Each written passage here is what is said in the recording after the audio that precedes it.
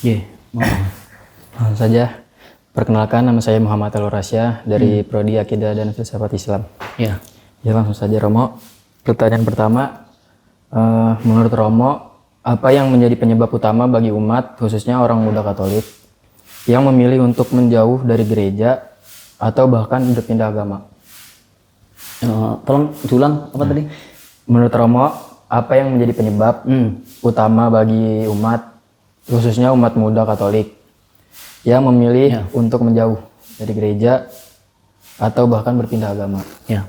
Pertama mungkin karena kurangnya pembinaan dan pendampingan sejak usia dini. Itu bisa menyebabkan orang akhirnya meninggalkan agama Katolik. Yang kedua juga bisa terjadi karena pengaruh lingkungan di sekitarnya. Ada pengaruh. Yang kedua bisa jadi karena putus asa atau karena kekecewaan, juga bisa jadi orang itu meninggalkan iman dan kepercayaannya. Itu. Selanjutnya, strategi atau langkah konkret apa yang Romo lakukan untuk mempersatukan umat yang tercerai berai atau yang sedang dilanda krisis iman? Ya, pertama yang dilakukan, kami melakukan pembinaan tingkat keluarga. Pertama-tama keluarga itu menjadi gereja kecil. Maka kalau mulai penyelamatan itu dimulai dari keluarga. Terus yang kedua juga dengan melalui bimbingan pribadi dan juga melalui kegiatan-kegiatan yang positif, itu akan menyadarkan orang akan imannya. Selain itu juga mengadakan pembekalan kepada mereka. Tentu bukan hanya bentuk pembekalan murni pengajaran, tetapi bagaimana mereka diajak untuk secara konkret itu sungguh-sungguh mengamalkan iman dan kepercayaannya. Itu sebagai salah satu cara untuk mengembalikan orang-orang muda atau orang-orang yang meninggalkan imannya. Ya salah satunya yang paling bisa dilakukan ya menyadarkan mereka. Selanjutnya, apa tantangan terberat yang pernah Romo hadapi dalam pelayanan dan bagaimana Romo mengatasinya? Ya, tantangan yang terberat untuk pelayanan saat ini karena perkembangan zaman yang terus berubah. Ini juga pasti akan mengubah banyak hal.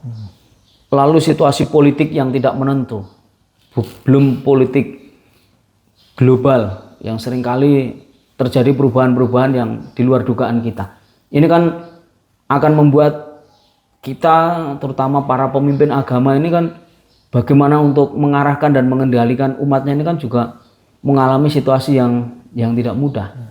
Ya pada akhirnya kami menyadarkan kepada ya para pengurus, para pendamping-pendamping yang bergerak dalam mendampingi umat. Ya pada akhirnya bukan orang pintar, bukan orang hebat yang akan bertahan, tetapi orang yang mampu beradaptasi yang akan bertahan. Maka ya kita harus mampu beradaptasi dengan situasi yang ada, dengan perkembangan ini. Beradaptasi dan hadir secara relevan untuk sesuai zamannya. Karena kalau kita hadir tidak relevan dan tidak mampu mengadaptasi, ya banyak orang yang akan meninggalkan gereja Katolik dan juga mungkin akan banyak yang meninggalkan agama-agama yang diyakini. Kalau agama-agama ini atau semua agama tidak bisa hadir secara relevan. Selanjutnya yang terakhir, apa pesan dan harapan yang Romo ingin sampaikan kepada OMK atau orang muda Katolik? Ya, baik, saya menekankan bagaimana saya mengajak dalam konteks Indonesia, bahwa Indonesia ini para pendahulu kita memiliki gagasan yang luar biasa dengan Pancasila. Ini mencakup semua sendi sebenarnya. Nah, saya mengajak kepada orang muda tidak hanya habis diskusi tentang soal ketuhanan, tetapi orang muda Katolik itu harusnya sudah sampai kepada kesejahteraan dan mengupayakan keadilan bersama. Nah, kalau kita sebagai orang beriman hanya masih berkutat soal ketuhanan yang Maha Esa, sementara di bawahnya kan ada persatuan, ada kesejahteraan, ada keadilan, ada permusyawaratan dan perwakilan dan sebagainya. Nah ini kan harusnya kita sudah sampai ke sana nih. Ini kan ada bingkai yang sungguh luar biasa. Jangan sampai energi kita hanya dihabiskan soal diskusi tentang level agama antara boleh dan tidak boleh. Ini harusnya sudah menjadi kekuatan kita soal ketuhanan yang Maha Esa.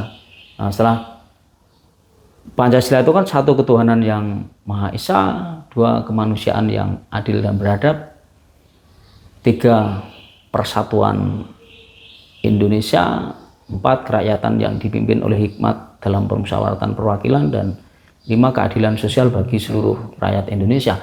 Nah harusnya kita sudah berbicara itu bukan hanya soal ketuhanan lagi, tapi dari ketuhanan itulah yang kita imani harus bertindak menyatukan keadilan dan sampai kepada kesejahteraan. Ya, mungkin cukup ya Romo. Ya. Sekian, terima kasih.